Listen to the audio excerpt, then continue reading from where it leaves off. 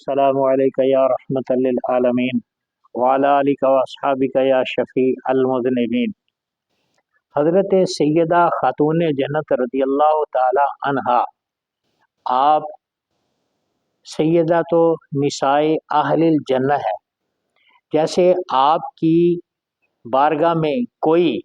توہین امیز کوئی غلط لفظ استعمال کرنا بے ادبی اور گستاخی ہے، ایسے ہی حضور علیہ وسلم کے پاک صحابہ رضی اللہ عنہم کے متعلق بھی غلط لفظ بولنا عبارتاً ہو، اشارتاً ہو، کنایتاً ہو، اقتداءً ہو، حرام اور ناجائز ہے۔ جو حضور علیہ السلام کے پاک صحابہ میں سے کسی کی تحقیر کرے یا اپنے آپ کو بڑا کہلائے اور ان کی بے ادبی کرے، اس کا اہل سنت و جماعت سے کوئی تعلق نہیں ہے۔ اسی طرح حضور علیہ السلام کی اہل بیت اطہار کی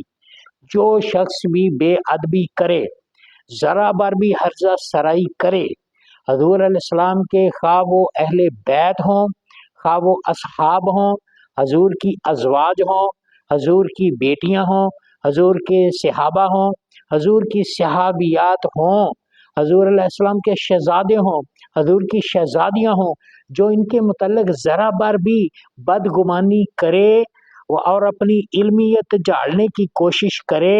اس کا اہل سنت و جماعت سے کوئی تعلق نہیں ہے۔ سنی وہ ہے کہ جو حضور کے پاک اصحاب کا بھی تابع دار ہے اور حضور کی اہل بیت اطہار کا،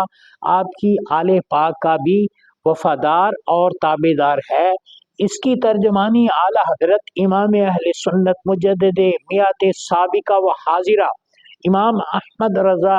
بریلوی رحمہ اللہ نے فرمائی ہے، اہل سنت کا ہے بیڑا پار اصحاب حضور، نجم ہے اور ناؤ ہے اطرت رسول اللہ کی صلی اللہ علیہ وسلم۔ جیسے بعض لوگ حضرت سیدہ خاتون جنت رضی اللہ تعالی عنہا کے متعلق تو کہتے ہیں جی یہ لفظ ہو گیا تو یہ ہو گیا وہ ہو گیا، جب صحابہ کی بات آتی ہے تو کبھی حضرت ابو سفیان پر اعتراض کرتے ہیں، کبھی حضرت امیر معاویہ رضی اللہ عنہ پر اعتراض کرتے ہیں، کبھی حضرت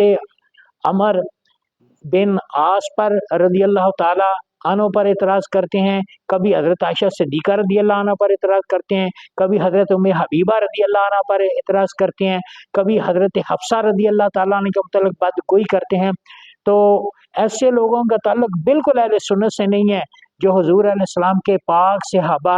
اکرام کی توہین بے ادبی کریں، حضور کی اہل بیت میں سے کسی کی بے ادبی کریں، جو یزید کو اپنا امام کہیں اور حضرت حسین پاک رضی اللہ تعالیٰ عنہ کے متعلق بدگمانی کریں، اس کا اہل سنت سے کوئی تعلق نہیں ہے۔ سنی وہ ہے جو حضور کے اصحاب کا بھی تابع دار، وفادار، نوکر، غلام، اور حضور کی آل پاک کا اہل بیت کا بھی